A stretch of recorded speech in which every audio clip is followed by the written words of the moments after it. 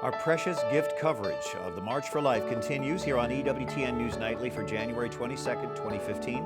Pope Francis showing his support for the March for Life on Twitter, tweeting today the theme, Every Life is a Gift. That, of course, the theme for this March for Life today. Thanks for joining us on this Thursday evening. I'm Brian Patrick. So as pro-life Americans march for life here in Washington, today we look at Planned Parenthood's annual report released last month. That report shows more than 327,000 abortions were performed at Planned Parenthood affiliates in 2013. Planned Parenthood says almost 1 million cancer screening procedures and tests were conducted, and they say they made 1,880 adoption referrals. Planned Parenthood reports it distributed about 1.5 million emergency contraception kits.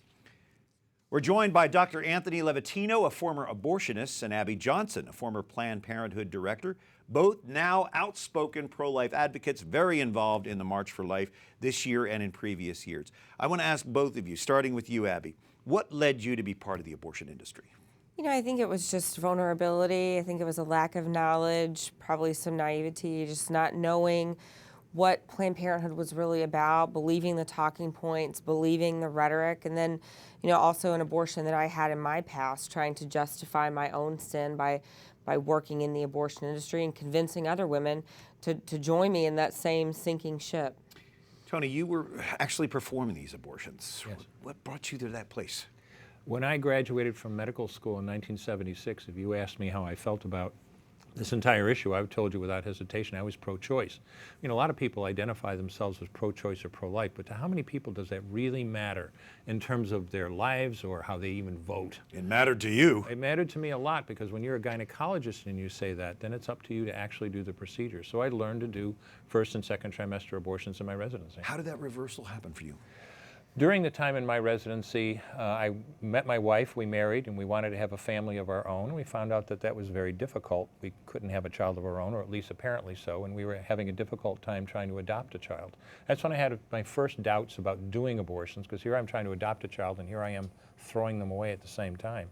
We were blessed and were able to adopt a child in 1978, and as sometimes happens, my wife got pregnant soon thereafter, like a month later, and we had 2 children 10 months apart.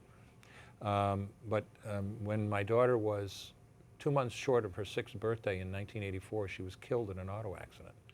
And that changed everything, because anyone who's lost a child knows the tremendous pain involved. And then, you know, to me, doing abortion was pretty routine, but when you do an abortion, you have to keep inventory of all the pieces, make sure it's all there. And after doing the first late-term abortion after her death, it was just, it really struck home. I'm killing kids. I mean, I'm killing kids for money, and that was something I wasn't going to do. Abby, we know you witnessed an abortion in the clinic, and that changed you. I know that you're helping people trying to leave that industry. Very quickly, how can we help with that? Well, our ministry is called And Then There Were None. We are a comprehensive clinic worker outreach ministry. So far, we've helped 139 abortion clinic workers, from abortion clinic staff all the way up into abortion doctors, leave the industry and come to places of healing. And we're just really excited about what's happening. People can go to abortionworker.com.